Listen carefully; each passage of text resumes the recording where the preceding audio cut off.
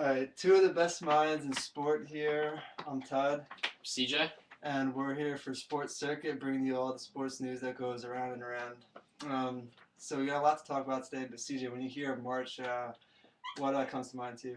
Well, March is the month of my birthday, so, I think about getting older and wiser. But besides that, spring, St. Patrick's Day, anything else? Well, obviously we have the NCAA tournament, March Madness, which is the most popular event in the world, and this tournament's gonna be exciting this year because we don't see one single team that might come out. It could be a wide range of 8 to 10 teams possibly. Make a case for. But let's first talk about the teams that didn't make it. All right, well, I have about 3 teams that I think were snubbed pretty hardly this year. Their bubbles burst pretty loudly.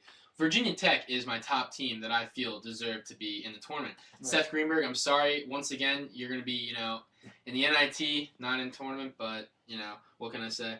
You guys beat Duke on College Game Day, which is in front of a national audience. And then you have the same record as Clemson. Same overall and conference record as Clemson. I just don't understand know what the committee's doing. No. Same with Colorado. Beat Kansas State 3 times, Texas, Missouri. If you get 5 quality wins against those opponents, teams that are in the top 50, teams are in the tournament right now with reasonably high seeds nonetheless. I don't know how they're not in the tournament. No, I don't know either. And then you go down south, Alabama. They beat Kentucky and Tennessee both on the road, and then they beat Georgia 2 times in a matter of 2 games. And all 3 of those teams are also in the tournament. Well, 2 of the teams that took spots from those 3 are UAB and Clemson, which we both agree that think they shouldn't be in it over perhaps Virginia Tech or Colorado. Right. UAB and Clemson, their only top wins on the year were against UTEP and Wofford, respectively. And, that's just not going to do it when you ask me. Right. Well, now a part that everybody's interested in are upset picks. You see upsets every year. A 13/4, 15/2, stuff like that. One that hasn't been talked about much, not that I've heard at least, Belmont, the 13th seed over Wisconsin. Belmont plays in the A-Sun. I don't know if you've ever even heard of that conference, but never heard of Belmont, never heard of A-Sun. But a good team, they're 30-4. 2 losses to Tennessee, 1 against Vandy, so not terrible losses. Have a good resume. Score a lot of points, score 80 points. So if this is a team that gets up and down the court, if they can do that against Wisconsin, who likes to keep it low scoring, I think the Badgers might be in for some trouble. Yeah, that's a great upset pick, and mine, I'm going to go to the West region, and I believe that Missouri, out of the Big 12 Conference, is going to upset the 6-seeded Cincinnati Bearcats. And I know you may think the Big East Conference is some almighty conference, and it is. They beat themselves up all year, though. Missouri is from the Big 12 Conference, who've had 5 ranked opponents this year in Kansas, Kansas State, Texas, and Texas A&M. But Missouri, I just feel that being an 11th seed, they were snubbed themselves being in the tournament. So, you heard it here first. These 2 upsets. Should be a higher seed, possibly 8-9 seed, but that's why they're on the committee and we're just here talking about it. Yeah. But the Big East we talked about, and strong conference that have been beating themselves up the whole year.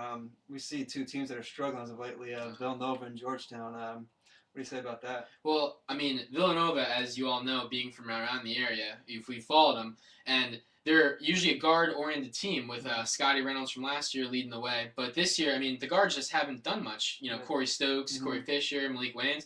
Their shooting percentage, 44%, is 147th in the nation. So I just feel like them and even Georgetown, they've lost their best player. But, they've lost 5 of 6. Nova's lost 7 of 9. So. Yeah, so it's going to be tough for them. People could arguably say that Nova shouldn't be in the contest. Maybe put Colorado or Virginia Tech in, but it is what it is now. Now they play the games. Yeah. Looking at the bracket, all the regions are tough, but which one stands out the toughest to you, in your opinion? Well, I feel that as a Carolina fan, I feel that the East is the toughest. We have the toughest region.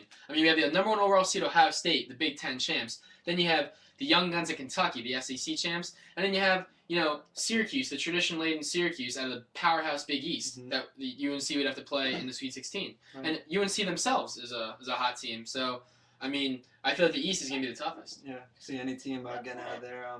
I think the West is tough as well. You look at Duke, the 1 seed, the ACC champs. San Diego State arguably could have been a 1 seed had it not been for BYU and your Jimmers. Jimmers.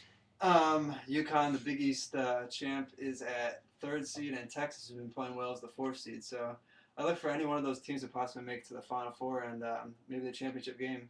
That's a good pick. Also, we want to give you our Final Four, so that's what you're waiting for. That's what we're going to give you. Might disagree a bit, but what do you got for us, CJ? Well, all you've been waiting for, but I'm sorry, Roy Williams, Chapel Hill, but Ohio State's coming out of the East region. Then we have, at the bottom region, again, I apologize, Duke is coming out of the West. I hate to say it, but the Dukies are playing hot. So then out of the Southwest, although my dad has once told me that senior leadership leads the way in the bracket, well, Kansas is just that much of a good team, even though, Notre Dame and Purdue have those senior leaders. So I have Kansas coming out of the Southwest. Then down in the Southeast, this may surprise you and our fans, but I have Florida, the Gators, coming out of the Southeast, beating Pittsburgh. Wow.